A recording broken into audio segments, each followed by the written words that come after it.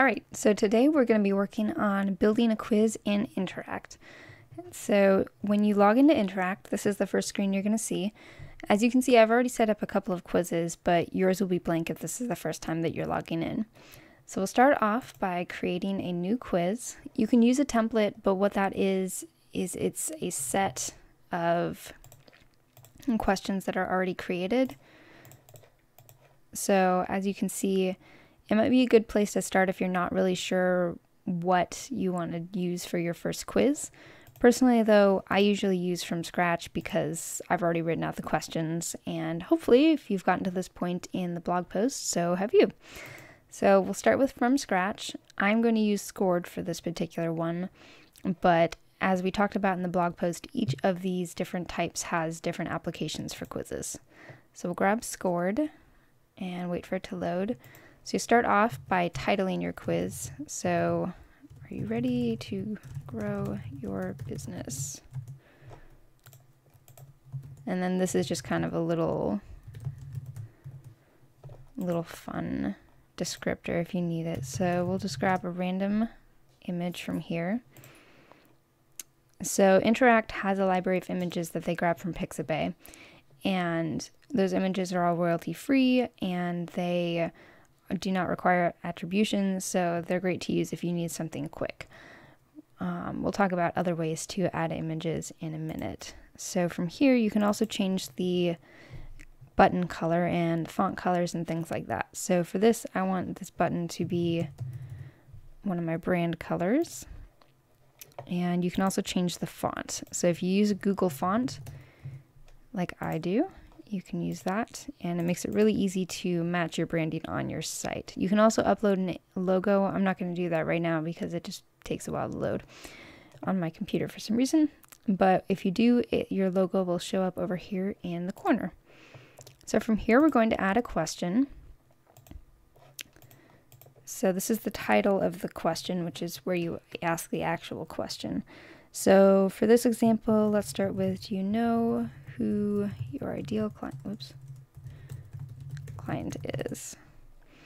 Now I like to add images just because they keep people engaged. So let's look up client, see what it comes up with, and we'll just grab one of these random images. And then, yes, absolutely. Kind of, I'm working on it. And nope, no idea. So this is where with a scored quiz, you can go ahead and set the weight. This is arbitrary. I decided to go in hundreds, and so the people who are prepped get 100, people who are working on it get 50, and if they aren't working on it at all, they don't get any points. And this comes into play when it comes to your results over here. We'll talk about that in a minute. So we'll add another question. We'll add a total of 3 questions for this one, I think. So, do you know where your ideal, again, if I could spell, ideal clients are? So we'll find another image real quick. Again, I'm not really matching these. I usually would, but since we're just creating a practice quiz, it doesn't matter too much. So again, yes, absolutely. Normally I would use different answers for each of these questions, but I'm trying to talk and type at the same time, and that never goes well. So let's see. All right, so there are questions. Again, we're going to weight them real quick. 100, 50, and 0. And if you wanted to, if this was something that was a bit more visual, you could also add images. So say you're doing a personality quiz and you're asking them which of these images most represents you, and you have, say, a mountain and a beach and a jungle or something like that. And that way you can use those visual images to represent the answers. But for these, we're just using text. So we've got that, and our third question, let's go with, what is your main goal for your business? And so this I'm using because it is an example of one that doesn't necessarily need to have a weight. So I'm not actually going to assign any of these points, but it still gives people a chance to think about it and to see why they're in business. And that can sometimes open up doors for people. So we'll just say money, freedom, other. And again, not setting the answer scores for this, but I want to use this question to show you how to use branching logic. So from here, we drag in our first question, and then for some reason that's getting in the way. And so then we drag in the second question, and so if they know who their ideal client is, I would want them to go to this question. But if they don't know who they are, then they may want to just go and skip on to the next question. So this means that if on that very first question they answer yes, absolutely, they get this question. If they don't answer that, then they go straight to the third question. Instead of going 1, 2, 3, they go 1, 3. So this can be really helpful for situations like this, or if you want to be able to branch your clients out to see who is maybe in marketing, what kind of marketing they're doing. So if you're a social media marketer, you could separate your quiz based on Facebook marketing, Instagram, Pinterest, SEO, things like that. So you just connect it there, and we'll just do a quick preview. So they hit yes, absolutely, and it goes through all 3 questions. But if we go in there and hit nope, no idea, it goes straight to that third one. So that's just a kind of cool little way to be able to make a much more robust quiz. So from there, you can also set up your lead capture, which is mainly what you want to use your quiz for, I'm guessing. So in here, you just click this, select the fields that you want them to enter, and you can customize this kind of thing. So again, I'm going to change that to my own color, and you can change this wording and all of that kind of stuff. You can also turn on or off the skipped opt-in.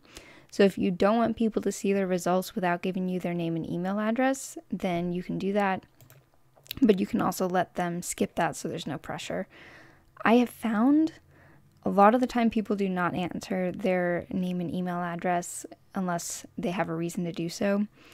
So play around with that, use it at your own discretion, and see what works best for you and your audience. And as you can see, there are a whole bunch of different email marketing programs that you can use to link up with Interact. So personally, I use ConvertKit, and I've already linked it up. So then what happens is once you select that and have entered your API information, which they walk you through how to set that up, you can then select how you want your subscribers to be marked in your email system. You can even go and separate them further based on their answers specifically. So if they answer yes, absolutely, maybe they're an ideal client. And so then you can go ahead and say, all right, I want them tagged with a client lead tag. And that way you know who to send your marketing to. And you can also assign the specific fields and test your integration. There's also a way to add your Facebook pixel and Google Analytics, which I love because that means you can do remarketing.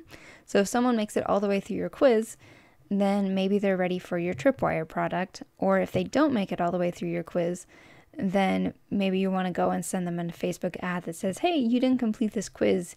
Did you want to find out if you're ready to grow your business? Because what it does is it will let you track things like 25% completions and things like that. So that's pretty cool. You can also add your own branding. Like I said, there's your logo file and things like that, and you can edit the social shares. So if you want it to be able to share on Facebook, Twitter, or LinkedIn, which I'm hoping they're going to add some extra ones because I would love to be able to share it directly to Pinterest. And you can set your share button locations and all sorts of things like that. So that is also super helpful. And then we're going to come to the results. So if we add 2 results, it automatically splits the points between those two. If we add 3, it also automatically splits them like that. if you want to change that, luckily, you can do that. So for my regular quiz, I've actually made it so that it is not the default setting. And you can turn on or off the you scored this much number as well. So for my quiz, I don't need them to know what their score was. I just need them to know what the result was. So it's pretty similar to your questions. You add a title, so like, yeah, you're ready to grow your business. Congratulations. Something like that. Add an image. And then in the result description, you get a lot more flexibility than with the questions. So you can add links and images and things like that. And then you have your call to action. So this is where you can redirect them to another resource or to book a call with you or whatever you want to do with that. And you can set each of these results to have something different.